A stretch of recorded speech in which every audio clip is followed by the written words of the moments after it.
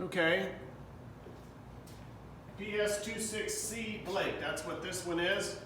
I'm at the end of the chapter review. Now, I think I said it last time, but, well, I'm almost certain I did. But I want us to have, this says quiz tomorrow. Well, that was from last year. I'm going to leave this in there, but it depends on what's tomorrow. It's when you're in. When you are in, before you take your test, I want you to take a quiz over some examples with all ionic compounds. Okay, some binary, some polyatomic. Now, my reasoning for doing that is not to be mean. If you do okay on it, you'll get all the credit. If you do good on it, you'll get some bonus. But you also need to have a record of when you show up for chemistry next year. If you're already good at this, and I hand this paper to you on the first day of school, which I will, and you'll be like, oh, you're already ready for chemistry. If you can do this one and the chapter on balancing, okay, then you're ready. If you take chemistry and you did poorly on those, you could still take chemistry, but you're gonna have to work harder to catch up. Okay, so I also want to use it as review for your test to prepare for naming and writing chemical formulas on your test. Remember, we are going to do binary and molecular compounds, but after the test separately so you don't confuse this. In fact, if you get all this review done and I have that other video up, don't go into it. You will have yourself confused and I don't want that. We'll do that later, separately as a mini unit. Okay.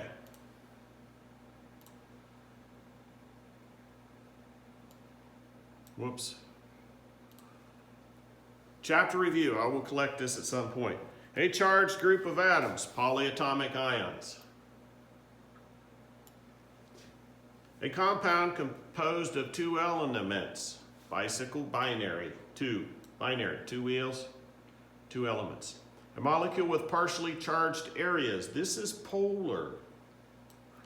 A polar molecule is going to have a positive end and a negative end, and some of the questions later we will talk about why that's the case.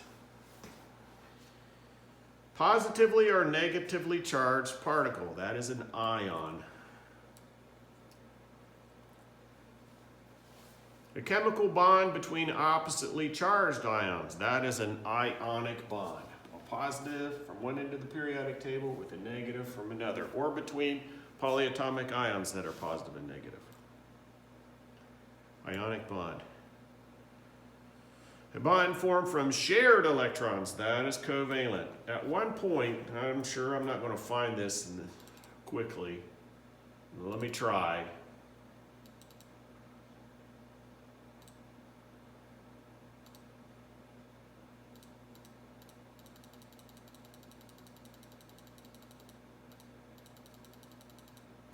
It wasn't in here. No. I don't think it's in here.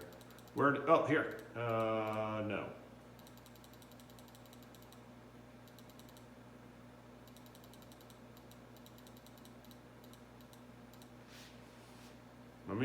Give me a minute. Give me a minute. Maybe it's here. This is the only one I have. If I can't find it here, I'm going to have to give up on it. But here it is.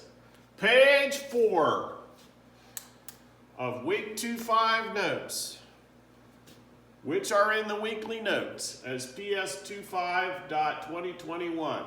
Or at least if they're not there by the time you're watching this video, ask me and I'll put them there. I don't have them in there right now for a reason. But if they're not there when you're watching this video, ask me and I'll put them in. You are supposed to know, and we did a lab on this where we did some hydrogen bonds.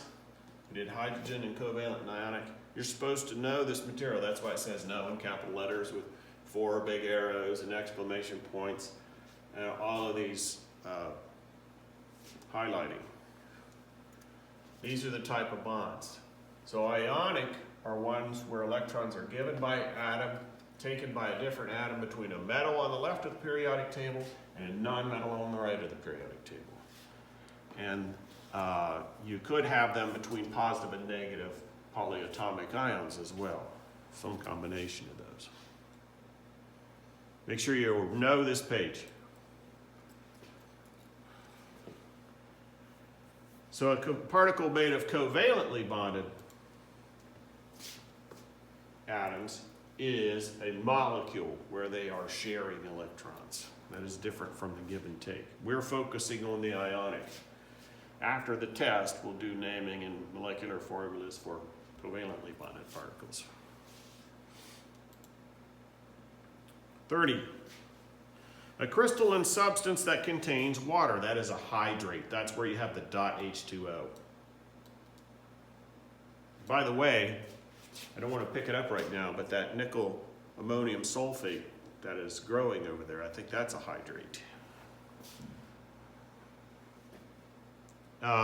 Earlier in the year, we did, I'm going to add this too here, we did a lab pretty early on, quite a while ago, but maybe you remember it, where we took copper 2-sulfate pentahydrate, and it was blue. It was CuSO4.5H2O. And we heated it up, I heated it up, and drove the water off, and it turned white. And then I put water back in it and turned it back blue, and we said it was a physical change. This is a hydrate. What you saw was a hydrate. Okay. 32. A particle made of covalently bonded atoms. That is a covalent molecule.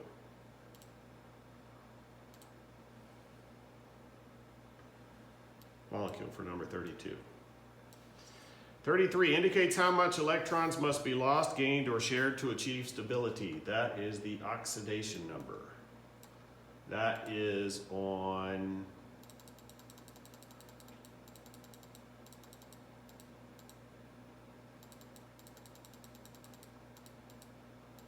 that table right.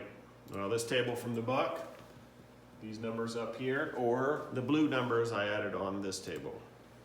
Oxidation numbers. I'll give you this, a copy of this for the test to have, so you don't have to have those memorized. 34 shows which elements are in a compound and their ratios. That would be a chemical formula, probably is what it says. Yep, there it goes, chemical formula. Which elements are least likely to react with other elements? I would say noble gases, if that's a choice.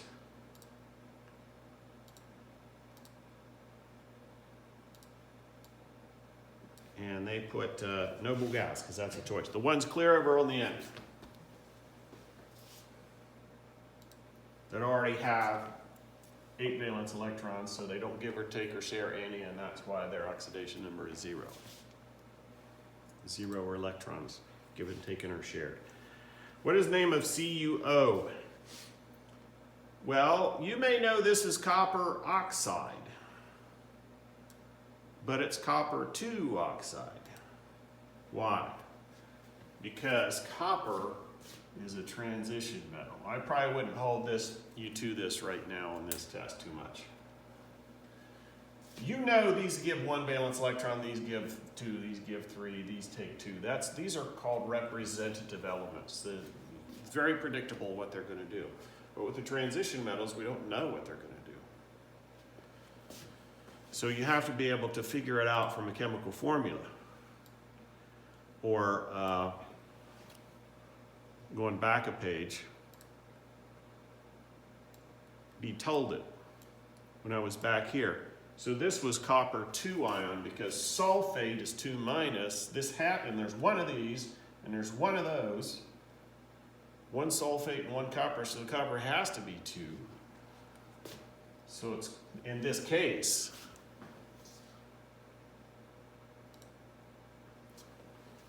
so this guy is copper 2 sulfate.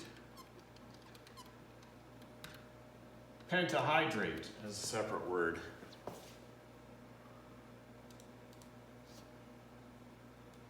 Penta means 5, like pentagon. Pentahydrate. Copper 2 sulfate pentahydrate. Over here, this is copper 2 oxide.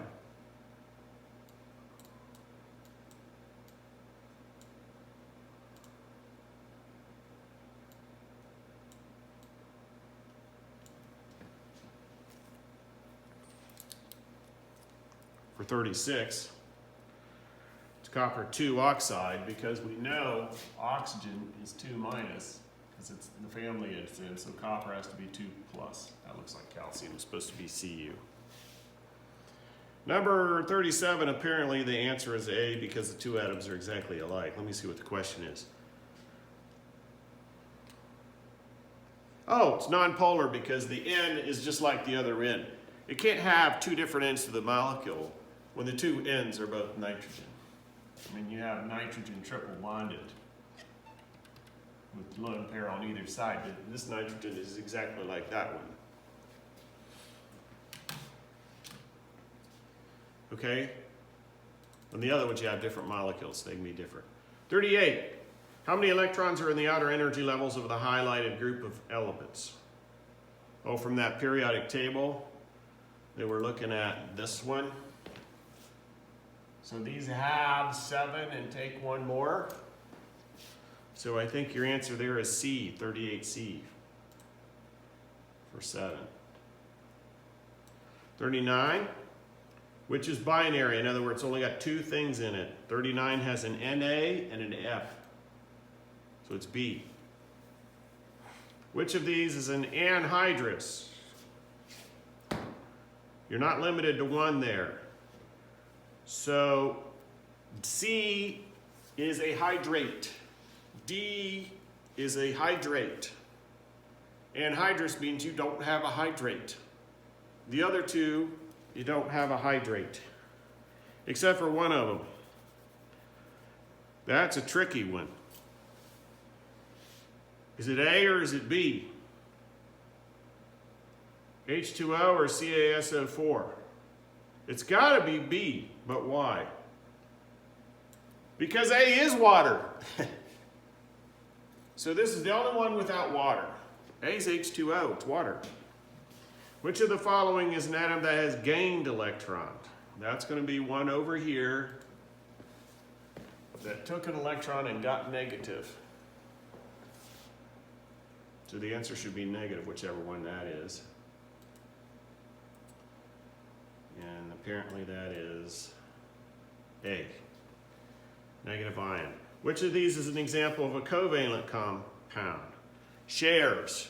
Okay, how you're going to look for this one is you're going to be looking for something where all your atoms come from up here. And they're nonmetals and they're sharing. Not one over here and one over here. And the one that does that is 42. D, apparently. Sulfur dioxide. Which, by the way, was one of them from number, I don't know, I think 23, 22, or 23. So it's molecular, so we're not going to do it until after the test.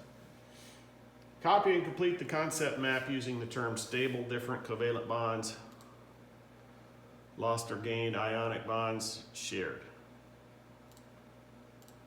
And when you do that, chemical bonds form compounds. By gaining, sharing, or losing electrons, this has to be ionic bonds.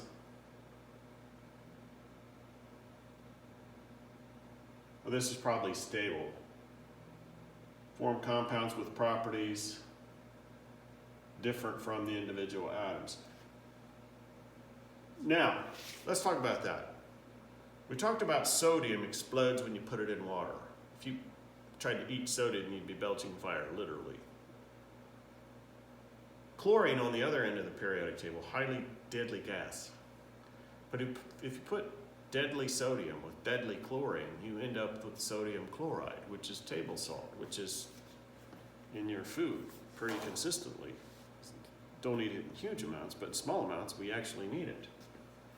And that is because when they react, once they give or take electrons, they kind of take different opposite properties of what they had.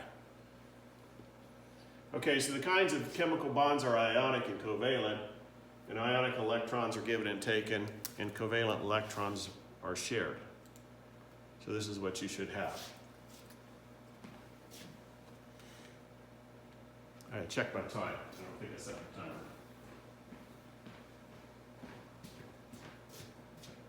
Okay, I'm going to cut this off here and continue on another video, 15.46.